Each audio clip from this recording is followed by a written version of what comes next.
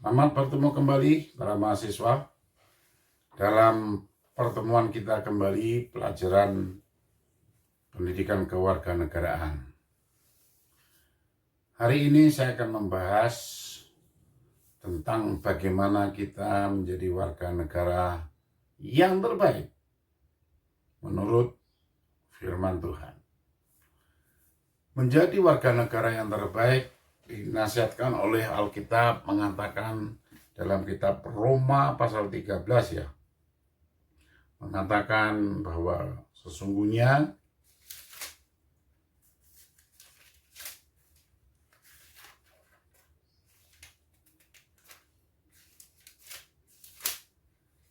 boleh dibacakan.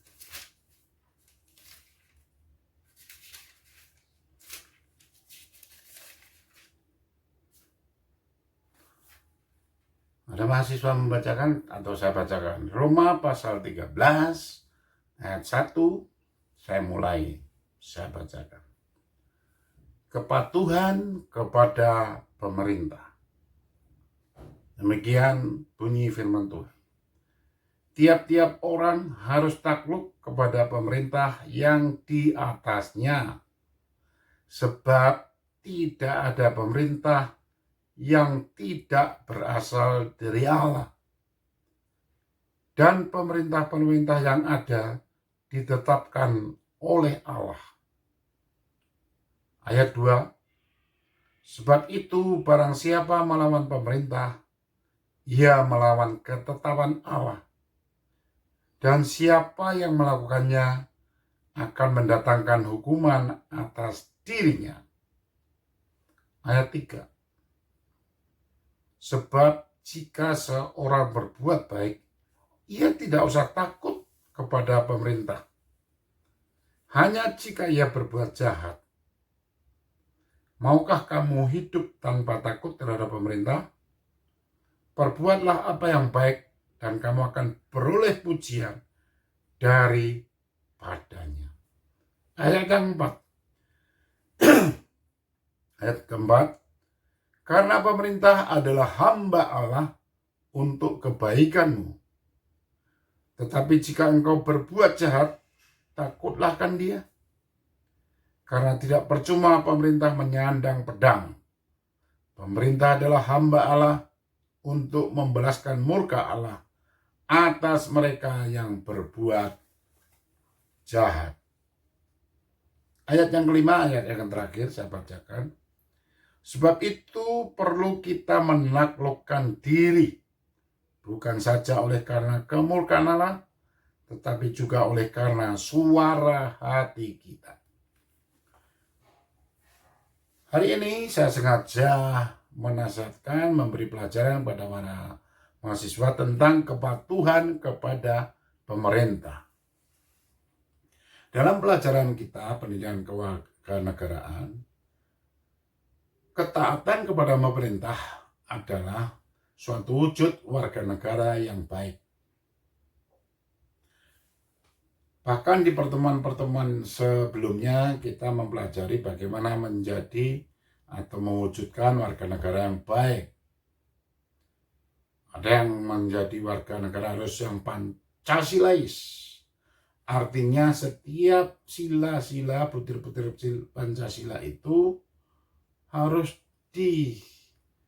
diwujudkan, dipraktekkan, diterjemahkan dalam kehidupan. Kemudian bagaimana dengan Pancasila itu membentuk karakter kita, karakter yang Pancasilais, yang nasionalis, dan yang militan. Nah, hari ini saya sengaja mengambil dari Alkitab. Bagaimana membentuk warga yang patuh kepada pemerintah. Tadi nasihat firman Tuhan ini jelas kepada kita. Tunduklah kepada pemerintah. Dan Alkitab menjelaskan tidak ada pemerintah yang tidak dari Allah. Kita ada di dunia ini, puji Tuhan, haleluya, pas kita sebagai warga negara Indonesia. Maka kita bahas di Indonesia. Warga negara yang lain ada di negaranya. Bagaimana undang-undang dasarnya, apa dasar negaranya, mereka yang membahas. Kita jelas bahwa kita hidup di Indonesia, maka saya membahas dalam pelajaran PKN ini bagaimana terbentuknya kita sebagai warga negara yang baik. Dinasihatkan warga negara yang berbuat baik atau tidak berbuat jahat. Ngapain takut? Ngapain saudara takut untuk hidup? Takut untuk melangkah? Tidak perlu takut. Kecuali kalau saudara sebagai warga negara punya niatan jahat, berbuat jahat, ya layaklah pemerintah mengangkat pedang, artinya menegakkan kebenaran, pengadilan, penghukuman yang sejelas-jelasnya. Karena pemerintah datangnya dari Allah. Mengapa saya harus bahas ini? Saat ini masa pandemik COVID-19. Protokol kesehatan dicanangkan oleh pemerintah, bahkan pihak instansi semuanya termasuk TNI dan Polri pun harus ikut meramaikan, membantu pemerintah mensukseskan ini, mensuarakan ke rakyat kita untuk melakukan protokol kesehatan.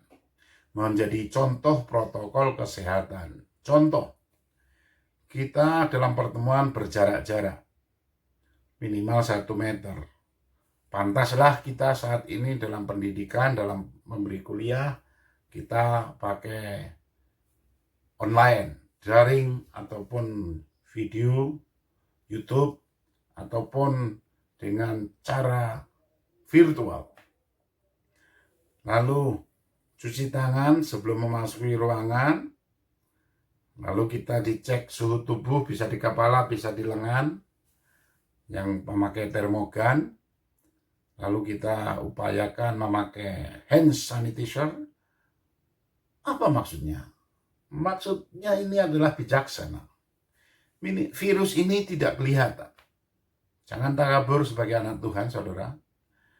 Kita sebagai anak Tuhan pun, alam jagat raya ini pun sama dengan kita menghadapinya.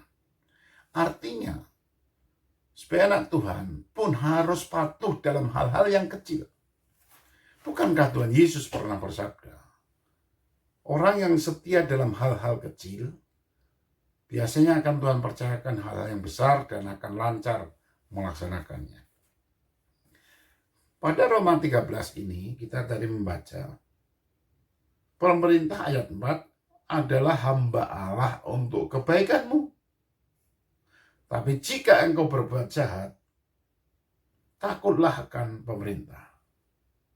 Karena pemerintah menyandang pedang, artinya menegakkan kebenaran. Kebenaran harus ditegakkan. Dan sebagai gereja Tuhan, sebagai umat Tuhan, sebagai orang-orang yang menjalankan misi Allah, kita harus menaklukkan diri. Arti menaklukkan diri adalah menerima aturan, bukan saja karena akan ada murka Allah kalau kita berbuat jahat, tapi karena suara hati kita, hati sanubari kita. Saudara, hati sanubari, intuisi, adalah cara berpikir dan berperasaan agar kita bisa menerima, menelaah mata pelajaran, menelaah nasihat, dan terbentuklah karakter kita, karakter yang memuliakan Tuhan. Bukankah dalam kitab Filipi pasal 2 ayat 5, Filipi dalam tulisan pastoral dari Rasul Paulus, saya akan bacakan, Bapak dosen akan bacakan, saudara dengarkan. Filipi pasal 2 ayat 5, demikian sabda Tuhan. Hendaklah kamu dalam hidupmu bersama menaruh pikiran dan perasaan yang terdapat juga dalam Kristus Yesus. Saya ulangi, Filipi pasal 2 ayat 5 yang berbunyi, hendaklah kamu dalam hidupmu bersama menaruh pikiran dan perasaan yang terdapat juga dalam Kristus Yesus. Dengan kata lain, sesungguhnya kita umat Tuhan, Tuhan Yesus Kristus, kita diperintahkan meneladani cara berpikirnya Yesus Kristus dan cara berperasaan. Dalam kitab Roma tadi kan kita dikatakan bahwa hati sanubari kita jangan berbuat jahat. Itu orang yang umum pun punya perasaan itu, dia punya tekad baik. Sementara umat Kristen, selain tekad baikmu, itu adalah sesuatu yang dipimpin, dikuasai Roh Kudus untuk kita meneladani kehidupan Yesus Kristus dalam kehidupan saudara, melakukan setiap apapun, termasuk kepatuhan kepada bangsa dan negaramu. Karena bangsa, pemerintah kita ini wakil Allah untuk kebaikan kita. Siapa pemimpin negaramu? Dengan cara musyawarah, dengan cara voting, dengan segala cara wakil-wakil. Itu proses saja. Tapi sesungguhnya yang menetapkan siapa pemimpin negara kita, siapa pemimpin daerah kita, sebenarnya Tuhan yang menetapkan. Tuhan yang memastikan. Tuhan yang sedang menyiapkan ini orang. Tinggal sekarang orang ini sementara sedang memikirkankah dalam pikirannya dan dalam perasaannya seperti meneladani Yesus untuk memberkati rakyat, untuk mensejahterakan rakyat. Tapi saudara sebagai warga negara, saya mau nasihatkan, teladanilah ini tadi. Hendaklah dalam hidup kita bersama menaruh pikiran dan perasaan yang terdapat juga dalam Kristus Yesus. Dengan kata lain, firman Tuhan ini menasihatkan kepada saya dan saudara, teladani hidup Yesus Kristus dalam bermasyarakat, berbangsa, dalam menjadi umat, menjadi pemimpin, menjadi rakyat. Karena apa? Tuhan Yesus memberikan yang terbaik. Tuhan Yesus memberikan keteladanan yang baik, yang terbaik. Tidak ada satupun yang salah yang dilakukan Tuhan Yesus. Saat Tuhan Yesus ditanya, apakah kami layak memberikan pajak? Guru, katanya, tunjukkan pada saya koin. Ada koin? Ya, dalam koin sebelah ini ada gambar raja. Ya, kaisar. Yang sebelah lagi bentuk nilai uang. Walaupun orang Israel sedang menjebak, Tuhan Yesus menjawab, berikan kepada Allah yang Allah punya, berikan kepada raja yang raja punya. Tuhan Yesus memberikan teladan yang baik bahwa sebagai warga negara yang baik, lakukan kewajibanmu. Kalau kewajiban dilakukan dengan baik, percayalah Tuhan akan memberikan hak-hakmu dengan baik-baik. Sementara saat ini, para mahasiswa, apa kewajibanmu? Kerjakan tugasmu dengan sebaik mungkin, tanpa bersungut-sungut, berbantah-bantah. Tapi dengan sukacita, dengan belajar sungguh-sungguh, menggali, mengeksplorasi Alkitab, firman Tuhan, pelajari sungguh-sungguh, akan saudara dapatkan sesuatu yang terbaik di dalamnya. Tadi nasihat firman Tuhan menasihatkan kepada kita, teladani cara hidup berpikirnya Yesus, cara perbahasaannya. Cara hidup Tuhan Yesus, selain tidak ada yang salah sedikit pun, Tuhan Yesus selalu jatuh hati, mudah iba, berbelas kasihan. Contoh, berduyun-duyun orang untuk mendatangi, hanya ingin mendengar sabda dia. Yesus Kristus bersabda kepada murid-Nya, beri mereka makan. Tuhan Yesus mudah berbelas kasihan. Boleh murid-muridnya pusing, bingung. Lah sejumlah besar roti dan ikan di warung, di kampung yang sepi tidak akan mencukupi. Bagi Tuhan perlu ketundukan, ketaatan yang sepenuh. Bagi Tuhan Yesus Kristus, ketundukan itu yang paling penting.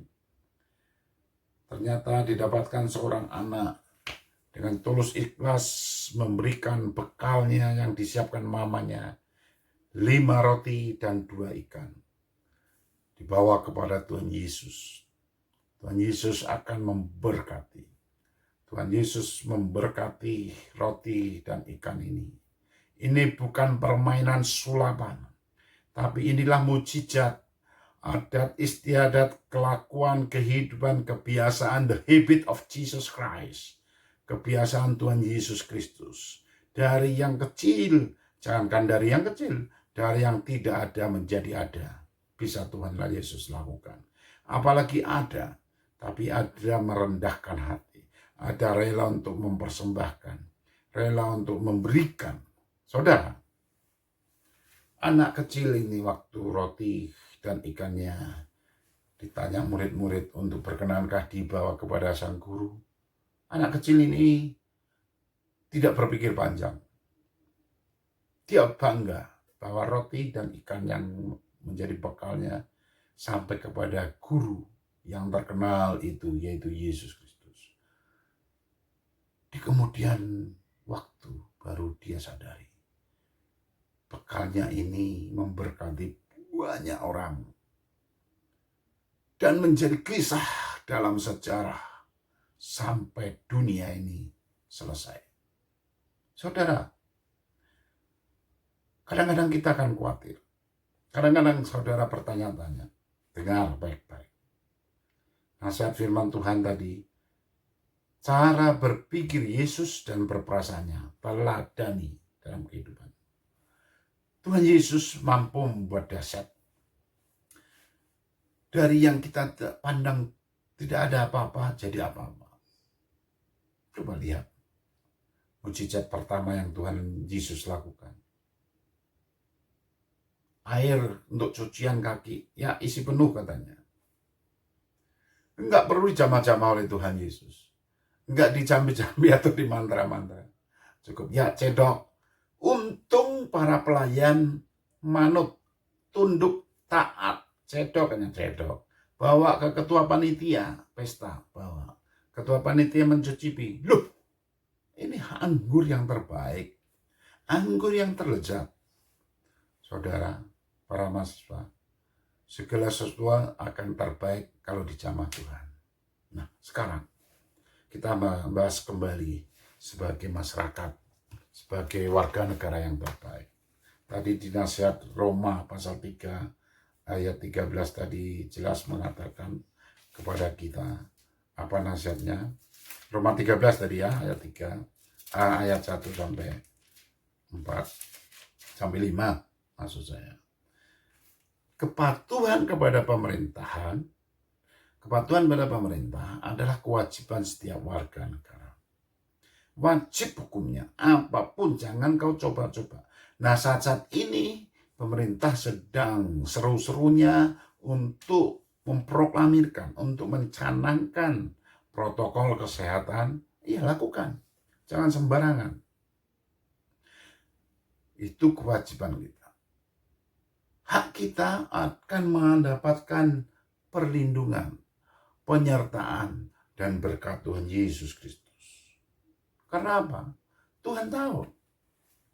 Dan dari pelajaran yang lalu saya mengatakan, orang yang mengikuti, yang taat, yang patuh berarti orangnya iman dan takwanya baik.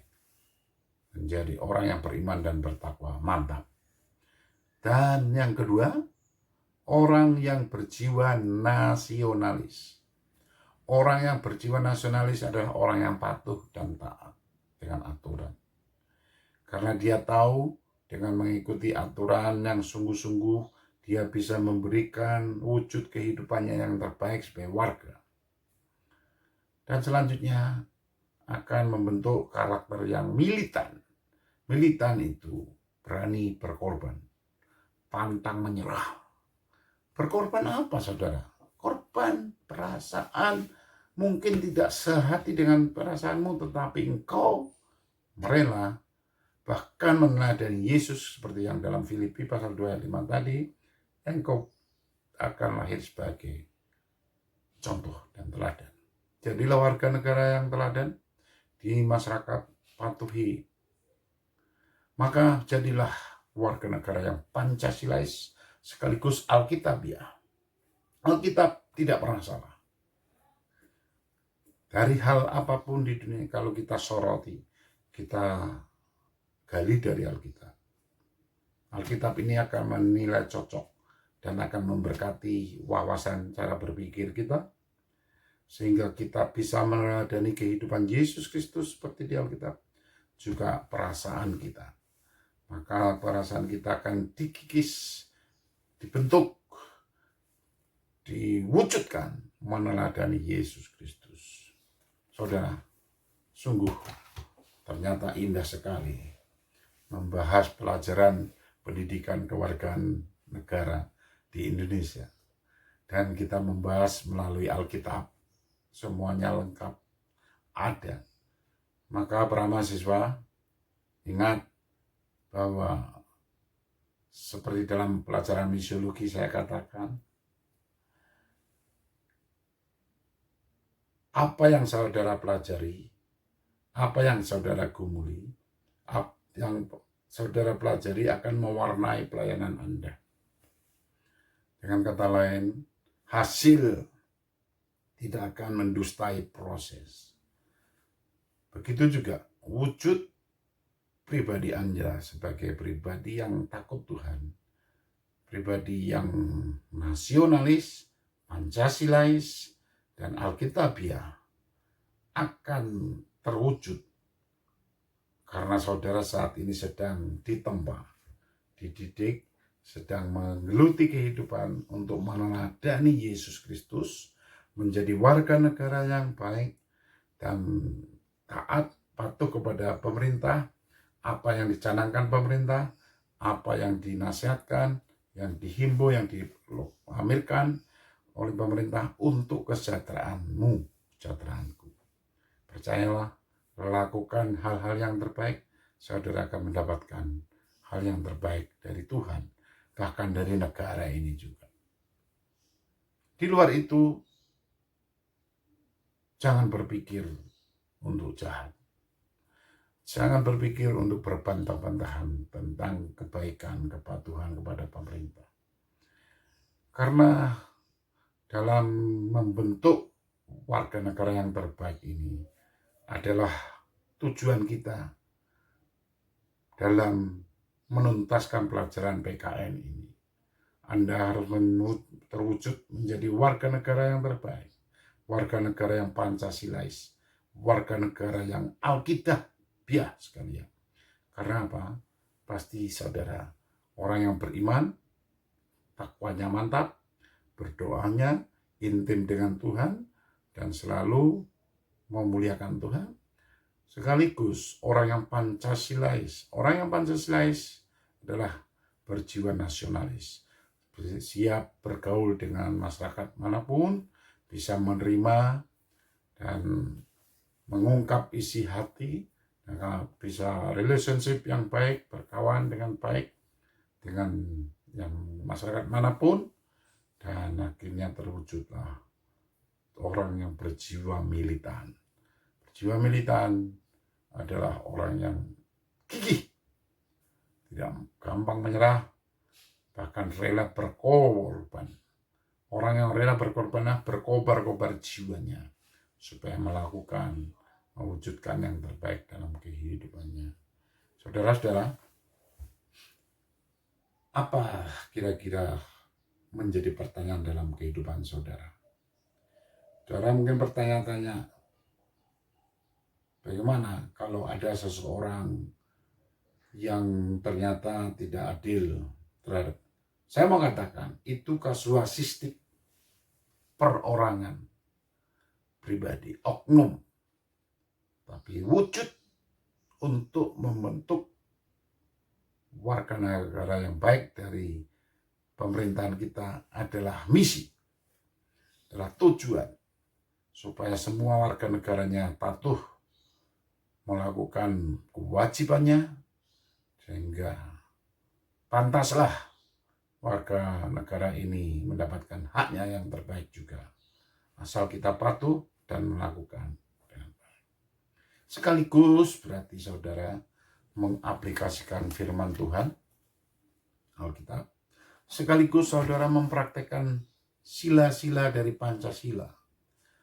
Yang pertemuan sebelumnya saya ungkap, bahkan kita ungkap nilai strategis nasional dari pembukaan Undang-Undang Dasar Negara Republik Indonesia tahun 1945, dari 4 alinea pembukaan Undang-Undang Dasar Negara Republik Indonesia ini, kita tahu ada 4 nilai strategis nasional yang penting. Nilai universal, berarti kita menghormati setiap bangsa di dunia ini, juga menghormati setiap individu yang ada di Indonesia.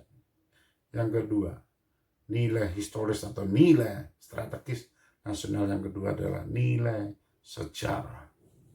Sejarah mencatat, sebelum diproklamirkan saja Indonesia ini, ternyata ada suatu pergerakan perjuangan yang hebat, yang sudah dinubuatkan oleh sekelompok muda-mudi ini, yang mengucapkan kami putra-putri Indonesia. Kalau secara hukum apa sudah Indonesia? Belum diproklamirkan. Tapi saya mau katakan itu ada salah suatu nubuatan. Kami putra-putri Indonesia berjanji bertanah air satu, tanah air Indonesia. Berbangsa satu, bangsa Indonesia. Berbahasa nasional yang satu, bahasa Indonesia. Terpikirkah oleh kita? Tanggal 28 Oktober 1928 itu dikumandangkan sekelompok muda-mudi pada lahirnya Indonesia tanggal 17 Agustus 1945. Itu cara Tuhan.